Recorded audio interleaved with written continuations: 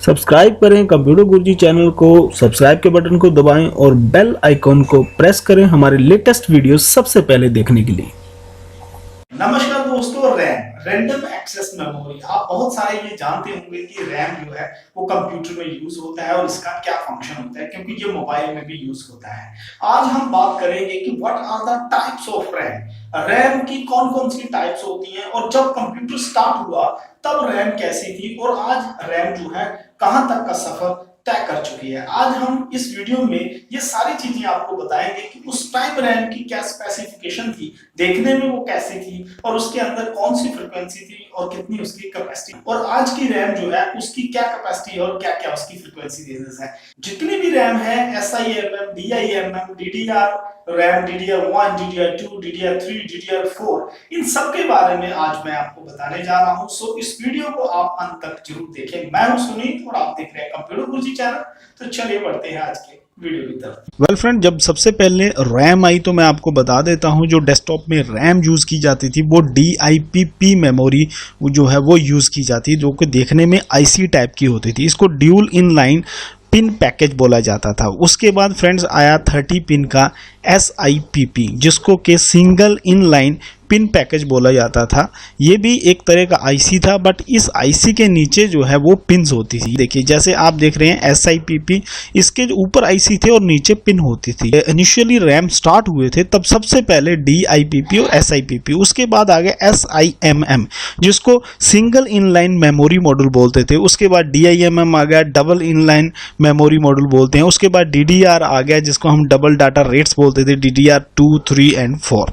आजकल आपको है DDR3 और DDR4 ही मिलेंगे मार्केट में, बाकी जो है वो ऑब्सोल्यूट हो गए हैं, ये दो ही आपको मिलेंगे। अभी ये सारे रैम जो हैं इनकी क्या क्या पहचान होती है, ये कैसे कैसे काम करते थे और कैसे इनकी जनरेशन जो है वो चेंज हुई, आज हम इस वीडियो में यही देखेंगे। मैं आपको 1 बाय 1 बताऊंगा कि कब रैम जो है इनका जो है लाइफ स्टार्ट हुआ और आज हम कहाँ पहुंचे हैं। तो सबसे पहले 1981 के अंदर जो रैम आई थी फ्रेंड्स, वो ये रैम थी। ये रैम जो है ये 16K की रैम थी, मीन्स टू से कि 16 जो है किलोबिट की रैम थी, जो कि 64 किलोबिट तक होती थी, और 5 मेगाहर्ट्ज इसकी सिर्फ फ्रीक्वेंसी थी। ये देखिए उस टाइम यहाँ बहुत बड़ी रैम होती थी, कंप्यूटर्स बहुत बड़े होते थे, उनके अंदर देखिए कितने IC लगे हुए हैं। और यहाँ पे जो है इनिशियल स्टेट में ये रैम थी जो सबसे फर्स्ट में यूज़ की जाती थी।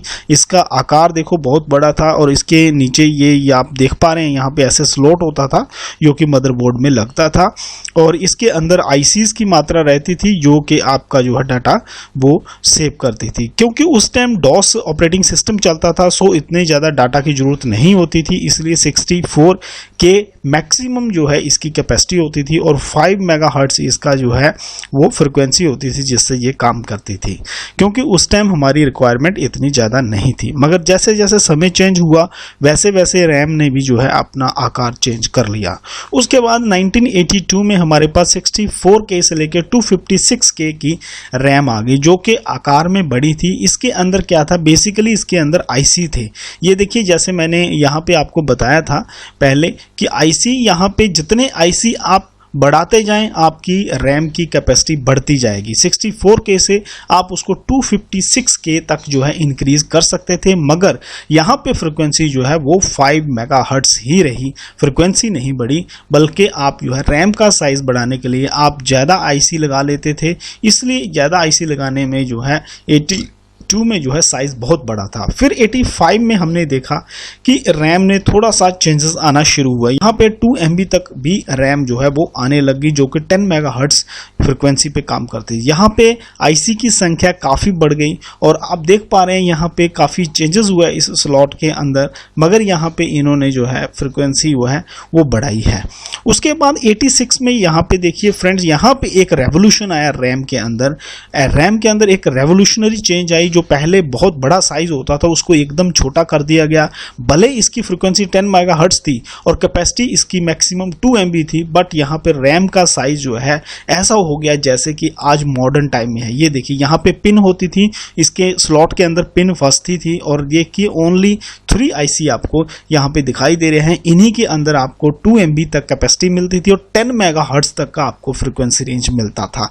और ये अपने आप में उस टाइम एक रेवोल्यूशनरी चेंज थी रैम की दुनिया में। उसके बाद फ्रेंड 88 में तो रैम जैसे मानो चेंज ही हो गए। जो आज प्रेजेंट हम रैम यूज कर रहे हैं सेम उसी प्रकार की PCB बोर्ड पे बनी हुई रैम, जिसकी कैपेसिटी जो थी काफी ज्यादा थी प्रीवियस रैम के मुकाबले। यहाँ पे आपको 256K से लेके 4 MB तक की रैम मिल रही थी, जिसका जो फ्रिक्वेंसी था वो भी 16 मेगाहर्ट्ज तक यहाँ पे ले पा रहे थे। यहाँ पे हर चीज बढ़ गई हमारे पास आई थी। ये SIMM टाइप की रैम थी, जिसको हम जो है सिंगल इनलाइन मेमोरी मॉड्यूल बोलते हैं। यहाँ पे ये देखिए फ्रिक्वेंसी 16 मेगाहर्ट्ज मिल रही थी और कैपेसिटी अप टू जो है 4 MB तक हमें मिल रही थी। उसके बाद हमारे पास आ गया 8 MB का रैम, जो कि 16 मेगाहर्ट्ज की हमें कैपेसिटी दे रहा था।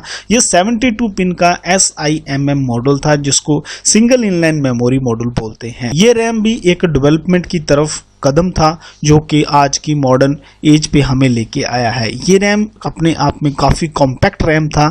ये उससे भी कॉम्पैक्ट था जो पहले मैंने आपको बताया है, क्योंकि इसके अंदर कैपेसिटी भी ज़्यादा थी और इसके अंदर फ्रिक्वेंसी रेंज भी बहुत ज़्यादा थी। उसके बाद फ्रेंड्स जो 98 और 2002 में आया, वो हमारे पास सबसे पहले आया SD रैम, जिसको हम स्टैटिक डायनेमिक रैम बोलते हैं। ये जो है 132 मेगाहर्ट्ज तक जो है हमें फ्रिक्वेंसी देती थी और इसकी कैपेसिटी जो है वो 1 GB 2 GB ऐसे आ रही थी। कैपेसिटी इसकी काफ़ी थी, बट इसके अंदर फ्रिक्वेंसी बढ़ चुकी थी, मगर इसका साइज थोड़ा सा ज़्यादा था। SD रैम को और दूसरी रैम में डिफरेंस यही था कि SD रैम जो है देखने में थोड़ा चौड़ाई में बड़ा था। इसके अंदर देखिए SIMM वाली थी, उसके अंदर एक होता था नॉच, और नॉर्मल के अंदर जो है कोई भी नॉच नहीं होता था।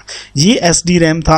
SD रैम में जो है यहाँ पे फ्रिक्वेंसी बहुत बढ़ चुका था। उसके बाद DDR रैम आई, जिसको हम जो है डबल डाटा रैम बोलते थे। ये 256 मेगाहर्ट्ज से लेके 400 मेगाहर्ट्ज तक का फ्रिक्वेंसी रेंज देता था और इसके अंदर कैपेसिटी जो है 1 GB 2 GB 4 GB वो तो था ही।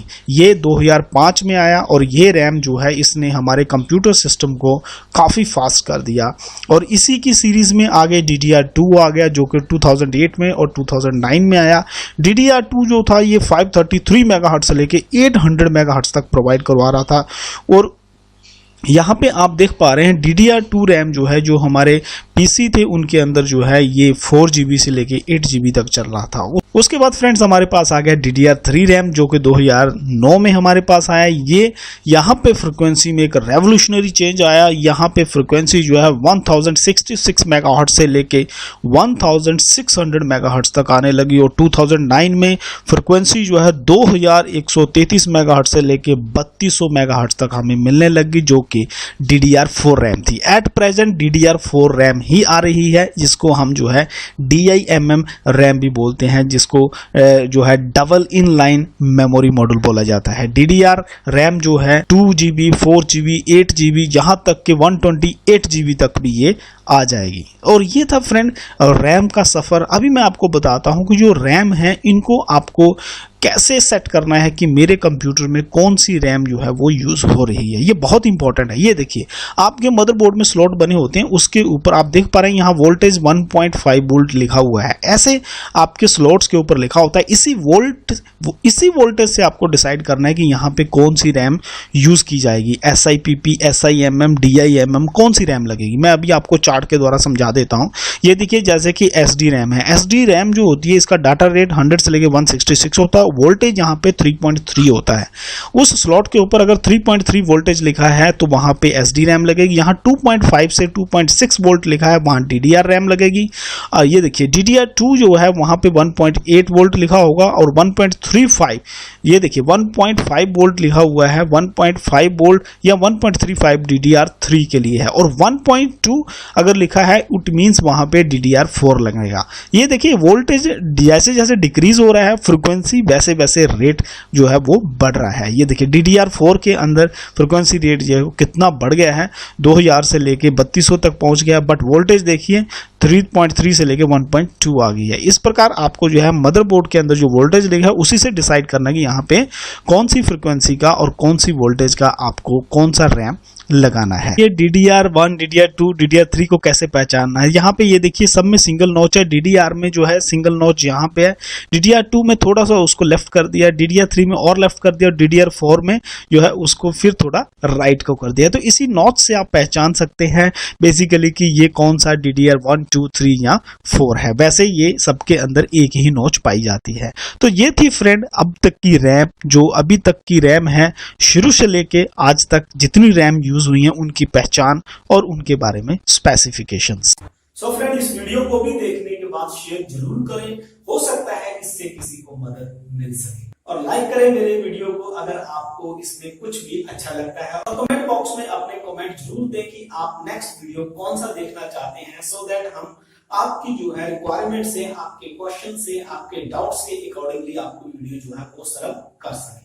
और दोस्तों, अगर अभी तक आपने कंप्यूटर गुरुजी चैनल को सब्सक्राइब नहीं किया हुआ है तो यहाँ पे रेड का जो सब्सक्राइब इंडिकेशन दिखाई दे रहा है वहां पे टच करें, और उसके बगल में लाइक बटन है उसको जरूर लाइक करें, सो दैट हमारे वीडियोस के नोटिफिकेशन आपको जो है फ्री ऑफ कॉस्ट मिलते रहें और आप हमारे साथ बने रहें। और आपका कीमती वक्त हमें देने के लिए आपका बहुत बहुत धन्यवाद।